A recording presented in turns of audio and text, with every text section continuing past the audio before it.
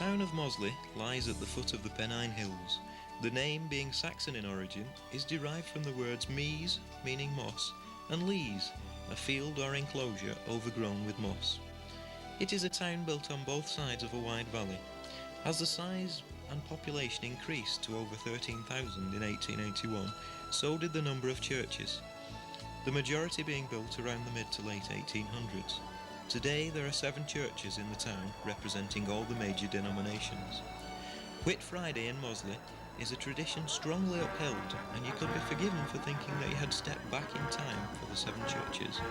Abney, All Saints, Methodist, St George's, St John's, St Joseph's and the Unitarians all hold a united procession which takes place on the Friday after Whit Sunday, the feast of the Pentecost. The bands play and there is a service held in the market ground, followed by a procession around Mosley.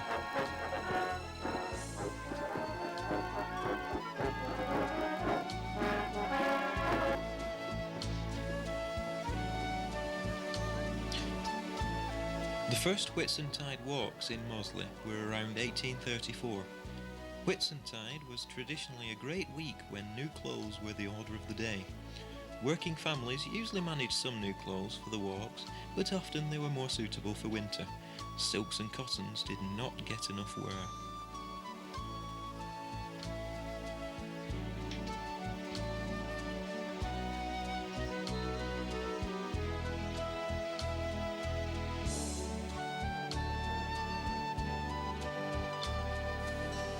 The procession today not only includes the Sunday school children, but also scouts, ventures, cubs, beavers, guides, brownies and rainbows, as part of the congregation who walk with their church. The Rose Queen and her attendants were originally chosen from girls who had good attendance at Sunday school.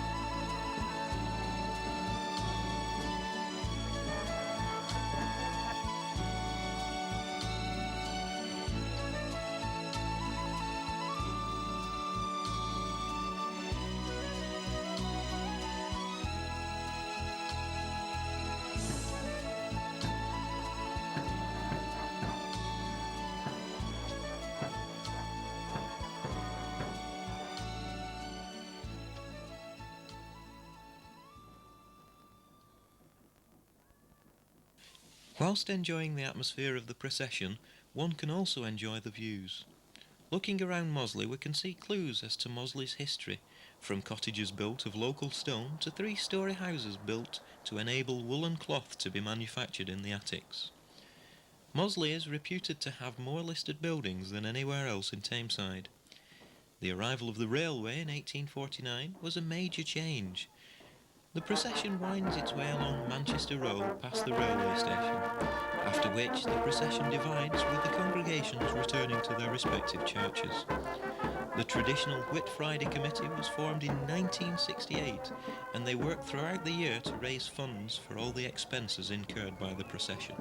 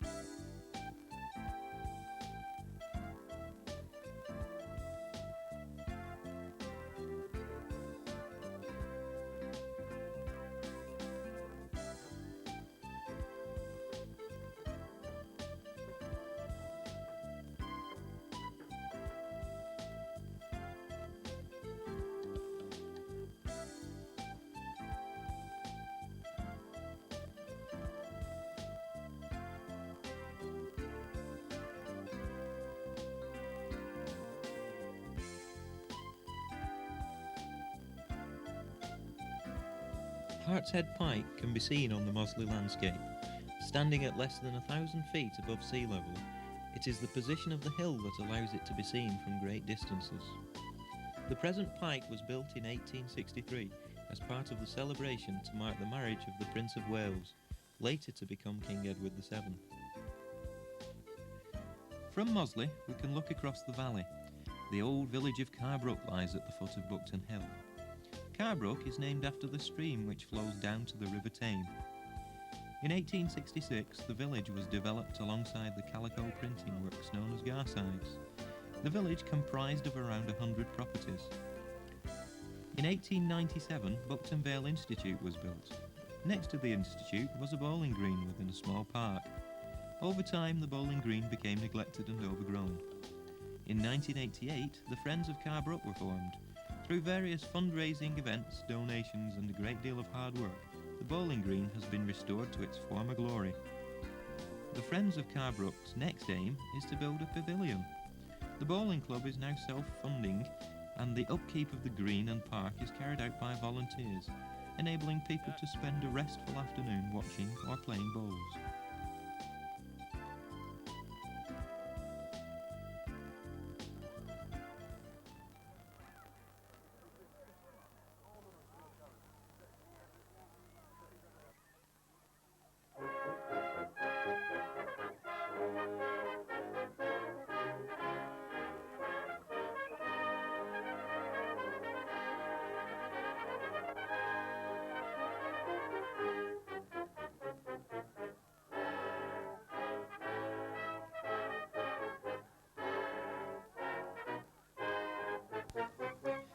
Carbrook's first band contest was held in 1981. It is now an event that is enjoyed and supported by the local community.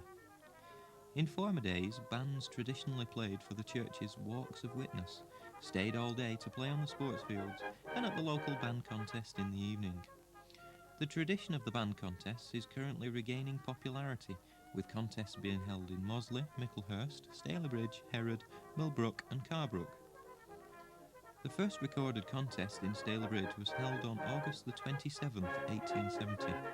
The first one in Mosley was on May the 29th, 1896. It was held outside the Railway Inn, now known as the Best of Brass.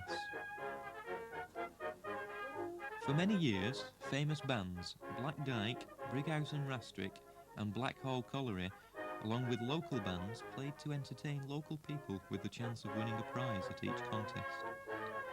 The contest begins around 5:30 in the evening and ends between 10 and 11 o'clock. It costs around £1,000 a year to stage the event, money being raised by fundraising, donations and a monthly quiz night. Castle Clough, the site of Carbrook's band contest, is now part of the Stalybridge Country Park.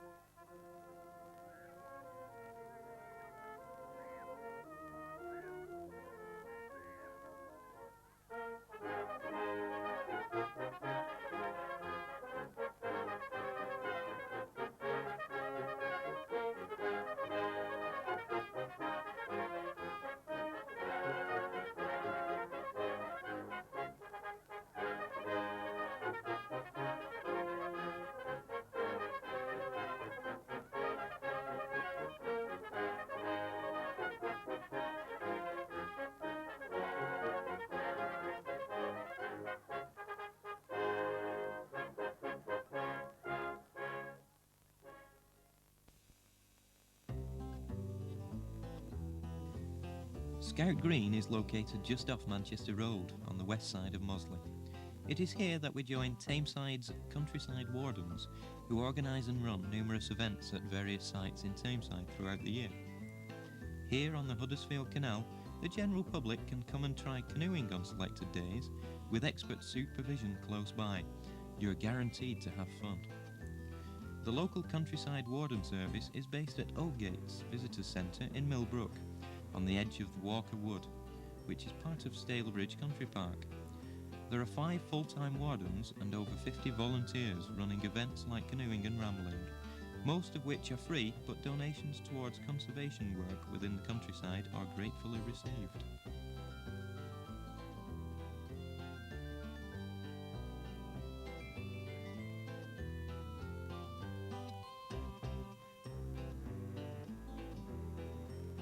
The Huddersfield Canal is the third and shortest of the Trans-Pennine routes and was opened in 1811.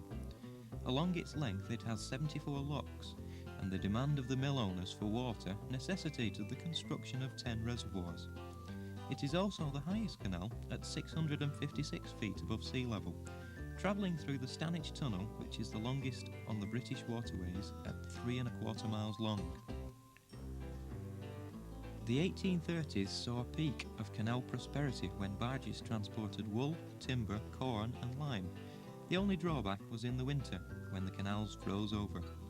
After this, it was seriously threatened by the railway competition, and the canal company sold out to the forerunner of the Great Central Railway Company in 1846. This company continued successfully to maintain and operate the canals for many years. Later on, as traffic on the canal declined, the branches began to decay, and by 1962 it was unnavigable. In 1974, a small number of canal enthusiasts formed the Huddersfield Canal Society with the aim of restoring the canal to a navigable waterway. Over 50 of the canal's 74 locks have now been rebuilt, and 2/3 of the canal has been dredged to navigable standards. Major obstacles are being tackled, and there are high hopes of full restoration by the turn of the century. At the eastern side of this stretch of the canal is Roach's Lock, another beautiful part of Mosley's countryside, which is a very popular spot for a quiet day's fishing.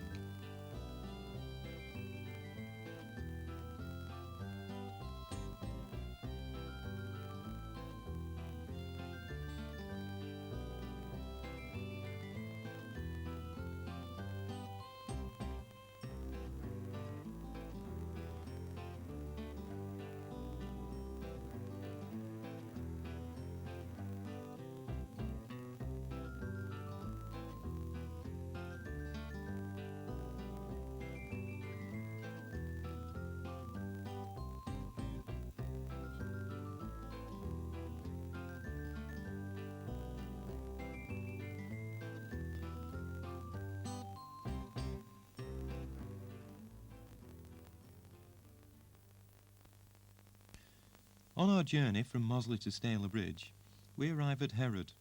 The houses that you can see here on Wakefield Road were once overshadowed by 2 huge cooling towers from the Hartshead power station. One of these towers was only 100 yards or so away from the houses, a massive structure of reinforced concrete 270 feet high. It was in 1989 that demolition work began.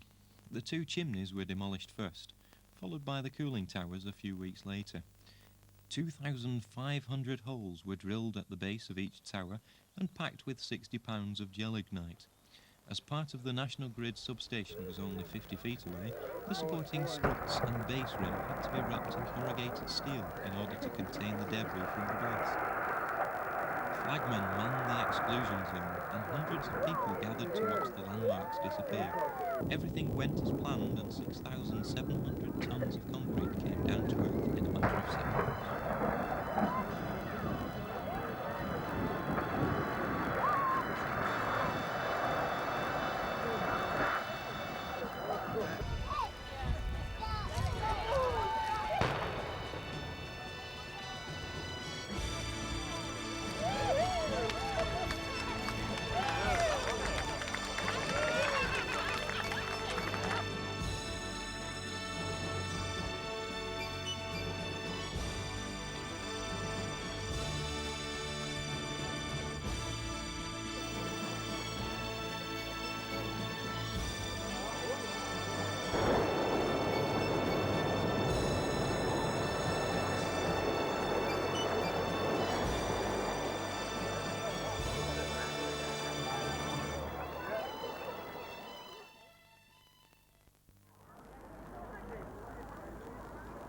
Our next visit is to Stamford Park.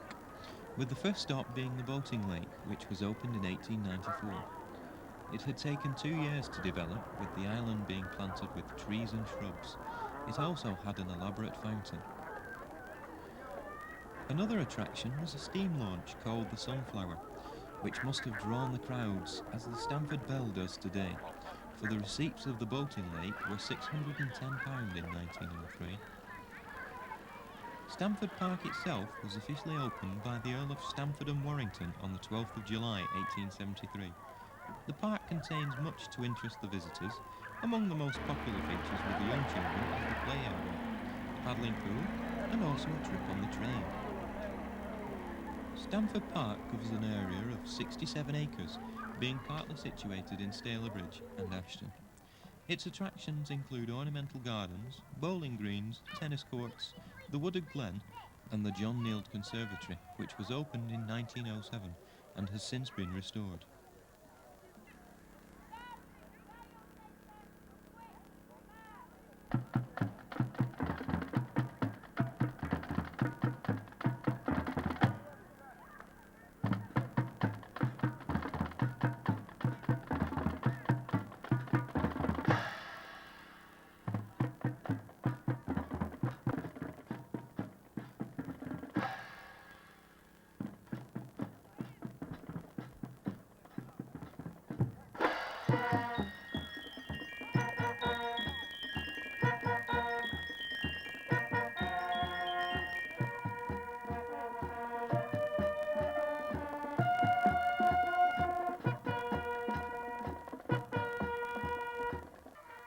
During the summer, other attractions include Punch and Judy, bouncy castles, steel bands, brass bands, and the marching band seen here. The park contains several monuments and other links with the past. Highfield House, originally a residence of the Earl of Stamford, was used as a museum, tea room, and boardroom, but unfortunately had to be demolished in 1955. Other things you can see around the park include the old stocks, which used to stand outside the workhouse and prison in Ashton, and 2 large boulders. The larger one weighs over 3 tons, both of which were unearthed in Stalybridge, and the old cross dated 1793, which, on inspection, can be found pitted with bullet marks.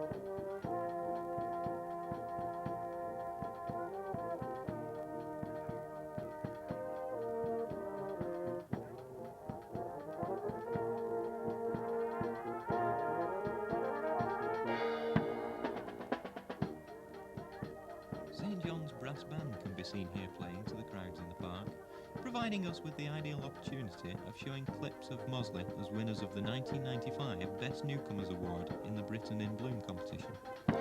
They also came second in the Best Small Town section. Part of the judges' criteria was the involvement of local community spirit, helped by churches, schools, shopkeepers, and the probation service. Mosley was certainly shown off to its best.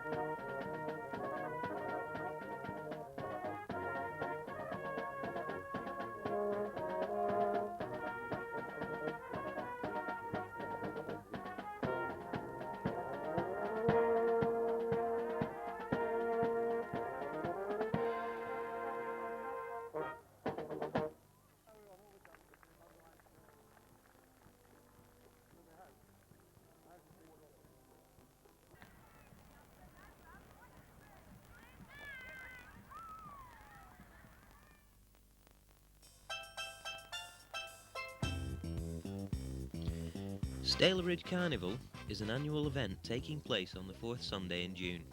In 1976, at a meeting of Tameside Youth and Community, it was declared, "Nothing ever happens in Stalybridge." It was this phrase that prompted the formation of Stalybridge Festival. It was originally a full week of different events, including the carnival. The carnival is the one event that has continued and is organised by the members of Stalybridge Festival Committee, all of whom are volunteers. The organisation of the carnival is ongoing. It is held for the people in Stalybridge, with money raised going to local charities and organisations. The money is presented at the annual dinner dance in December. The procession passes the site of the old town hall, where an impressive stone building once stood. The public hall had seating for 800 people. The town hall was destroyed by fire some years after it had closed. Tameside Leisure Services, Greater Manchester Police, St John's Ambulance, the Carnival Parade Marshals, Cheetham's Park staff and the Festival Committee all helped to make the carnival a great success.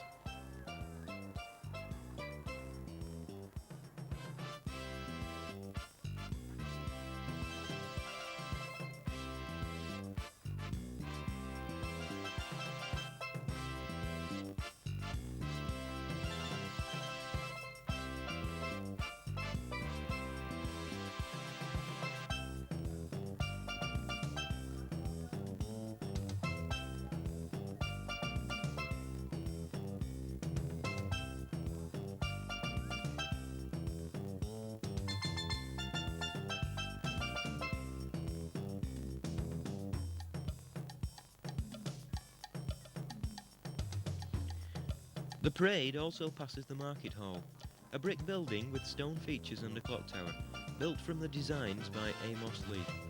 The market was built at a cost of almost £10,000, more than 100 years ago.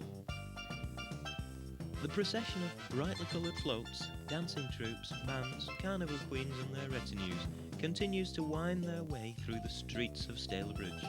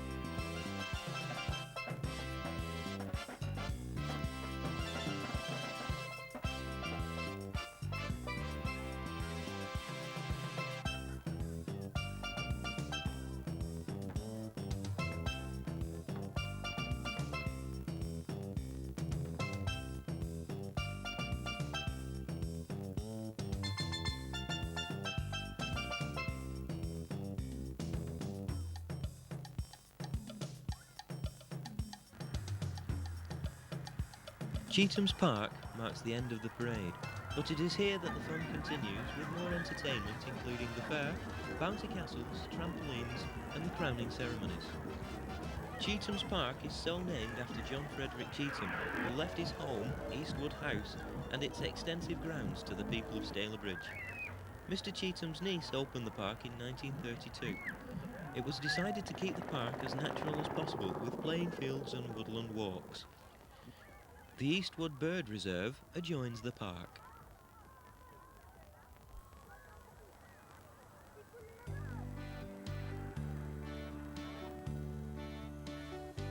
A focal point in Stalybridge is the public library, which also includes a local studies section, above which is the Astley Cheetham Art Gallery. The whole building was a gift from John Frederick Cheetham, who was a local mill owner.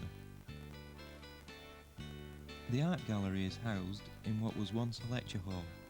In 1932 it was decided to establish an art gallery, following a bequeathal of 63 paintings from the Cheetham's family. The gallery now has a year-long programme of various exhibitions featuring paintings, sculptures and work from local schools and colleges. The exhibition filmed here is all work by Tameside's amateur and professional artists.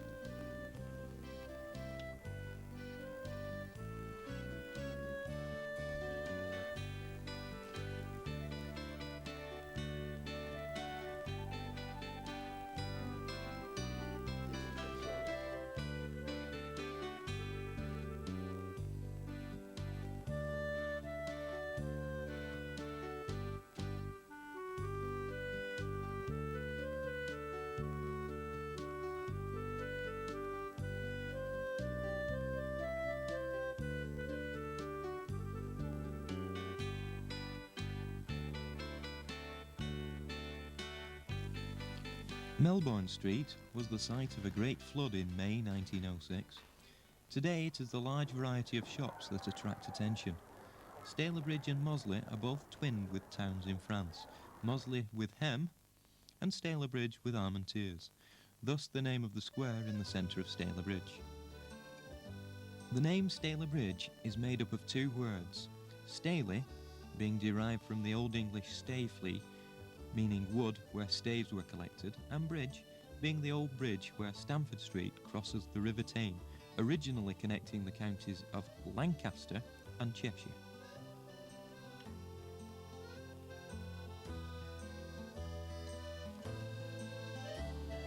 We hope that you have enjoyed our visit to Stalybridge and Mosley, in which we have shown a brief insight into the history, amenities, annual events and hidden beauty of the area.